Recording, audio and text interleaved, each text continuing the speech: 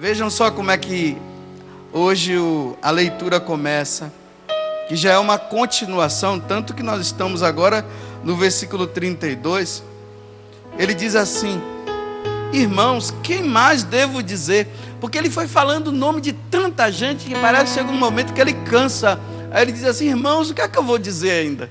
Aí ele diz assim: olha, não teria tempo de falar mais sobre Gedeão, sobre Baraque, sobre Sansão, Jefté, Davi, Samuel e os profetas, está vendo? Todas essas pessoas do Antigo Testamento que, colocando a fé, crendo que Deus é Deus, o Deus de Abraão, Isaac e de Jacó, é o Deus único, não Mamon, que é o Deus do dinheiro, e outros tantos deuses eram o Deus deles. Não, é o Deus de Abraão e de Isaac e de Jacó. Aí ele narra, por exemplo, Josué e Débora, está lá no livro dos Juízes, capítulo 4 a 5. Eles derrubaram o reino porque acreditavam em Deus. Eles falam de Daniel. Se lembra da história de Daniel?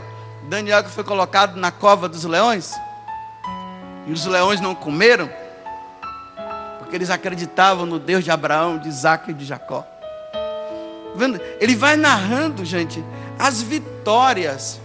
Por exemplo, Elias que escapou da morte pela espada por Jezabel. Se lembra da história de Jezabel e Acabe, que queriam matar Elias?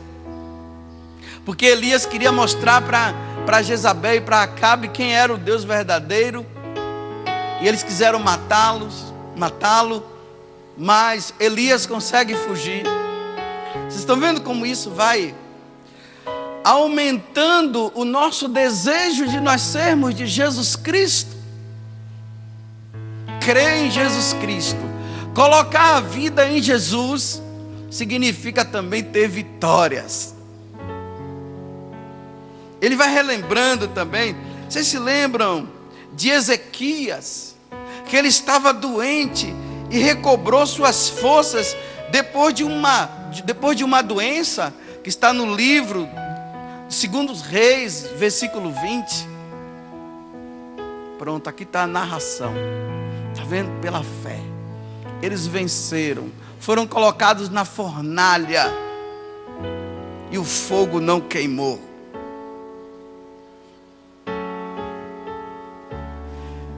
Mas agora tem uma parte que talvez nós não gostamos. É a segunda parte de hoje. A segunda parte é essa, ó. Estes pela fé, versículo 33, conquistaram reinos. Olha só, por enquanto ainda está o lado bom. Praticaram a justiça, foram contemplados com promessas, amordaçaram a boca dos leões, extinguiram o poder do fogo, escaparam do fio da espada, recobraram saúde na doença, mostraram-se valentes na guerra, repeliram os exércitos estrangeiros, mulheres reencontraram os seus mortos pela ressurreição. Nossa Senhora, vale a pena ser de Jesus, viu? É só vitória. Levantou o braço para ele, e quando se diz assim, Jesus é o meu Senhor, pronto. Pode acreditar que vai descer muita lama, mas sua casa não vai ser atingida não, porque você é de Jesus. Tem gente que vive dessa fé, por isso que se decepciona. Mas a segunda parte ele diz, olha, outros foram esquartejados, recusaram o resgate para chegar a uma ressurreição melhor. Lá no livro dos Macabeus, no capítulo 7, nós encontramos aquela mãe. Se lembra da história dessa mãe? De uma mãe que viu os filhos dela, 7 filhos sendo esquartejados na frente dela. E ela dizia, meus filhos, não abandonem o Deus de Israel, não. Eles podem matar vocês. E ali, gente, vai narrando o que aquele rei não sei se foi Antíoco, fazia com os filhos daquela mulher. Uma das narrações é que pegou a cabeça deles, cortaram assim, ó, e abriam a cabeça assim na frente dela e na frente dos irmãos. E a mãe dizia assim: meu filho, morra com dignidade. Não abandone o Deus de Abraão, o Deus de Isaac e o Deus de Jacó. Porque quando você morrer, nós iremos nos encontrar lá na eternidade. Vocês estão vendo? O cristão, ele não fundamenta a sua vida nesse mundo, mas na eternidade. É isso que o autor da carta aos Hebreus está falando. Existe um lugar melhor do que aqui. E a mãe ia incentivando os outros, um após outro. Chegou no final, o caçula. Eu já fui caçula por 13 anos de idade. Eu fui caçula por 13 anos de idade e eu sei o que é ser caçula. É paparicado. O último é paparicado. Aí está ela dizendo lá, confirmando que é assim mesmo. É o paparicado, o caçula. Até os mais velhos ficam com inveja, porque dizem: no meu tempo não era assim. É assim. Parece que tudo que não fez com os mais velhos, faz tudo com o mais novo. Imagine, esses caçulas quando entram na vida religiosa sofrem, né? Porque querem receber tudo de novo aqui. Aí não recebe, ficam tudo dodói, cura interior, um monte de coisa. Precisa fazer. Aí colocam agora, justamente, o último. Aí o rei diz assim para a mãe: olha bem, fala com seu filho para ele ceder. Ele precisa ceder aos nossos deuses, senão ele vai morrer também. Aí a mãe fala na língua hebraica, porque o rei não entendia. E a mãe diz assim: meu filho, veja o que aconteceu com seus irmãos. Morra com dignidade, meus filhos, meu filho. Não abandone agora o Deus de Israel, porque daqui a pouco você vai encontrar os seus irmãos e você também irá me encontrar. Está vendo? Vai se encontrar onde? Na eternidade. Aí ele, furioso, mata o filho mais novo e depois mata a mãe. Morreu todos, gente. E serviam ao Deus de Abraão, de Isaac e de Jacó. Aí a pergunta que fica: mas que mistério é esse? Por que Deus não protegeu aquela mulher com aqueles filhos que estavam professando a fé nele?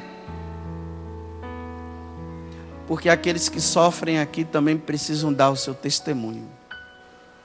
Eu estou dizendo que é muito fácil e bonito aqueles testemunhos. Eu quero ver quando aqui na Cancionola vamos trazer também os testemunhos de pessoas que estão em cadeira de roda e não abandonaram Jesus Cristo. Porque a gente só traz aqui aqueles que saíram da cadeira de rodas. E os que não saíram da cadeira de rodas e estão dizendo que Jesus Cristo continua sendo o Senhor. E aquelas mulheres que se sentiram abandonadas, que os maridos abandonaram, deixaram elas cuidando dos filhos, ele foi embora e ela rezou para ele voltar e ele não voltou e ficou com outra mulher. E ela vem aqui e diz: olha, ele me deixou sem nada, eu tive que recomeçar a minha vida novamente, mas Jesus Cristo eu não abandonei. Cadê esses testemunhos? Estão aonde? Nós temos medo de mostrar o testemunho daquelas pessoas que estão sofrendo, mas não abandonaram Jesus Cristo. Nós só queremos mostrar o testemunho daquelas pessoas que receberam uma graça. Aqueles que receberam uma graça, tudo bem, venham dar testemunho, que maravilha, mas precisa se dar testemunho também. O Papa João Paulo II foi um grande testemunho. Quase recebeu a bala, quase morreu. Morreu com mal de Parkinson. Ele deveria ser curado, né? E não foi, morreu assim, ó. E deu testemunho dele. Ele abandonou a igreja? Não. Ele poderia ter dito: mas Senhor, eu sou o Papa da Igreja Católica. Morreu assim, ó. E ainda chegou lá, na janela, fazendo assim, ó, tentando falar alguma coisa. Nossa, isso deve ser um escândalo. para aqueles que só querem ver a vitória aqui na terra e não querem ver a vitória no céu.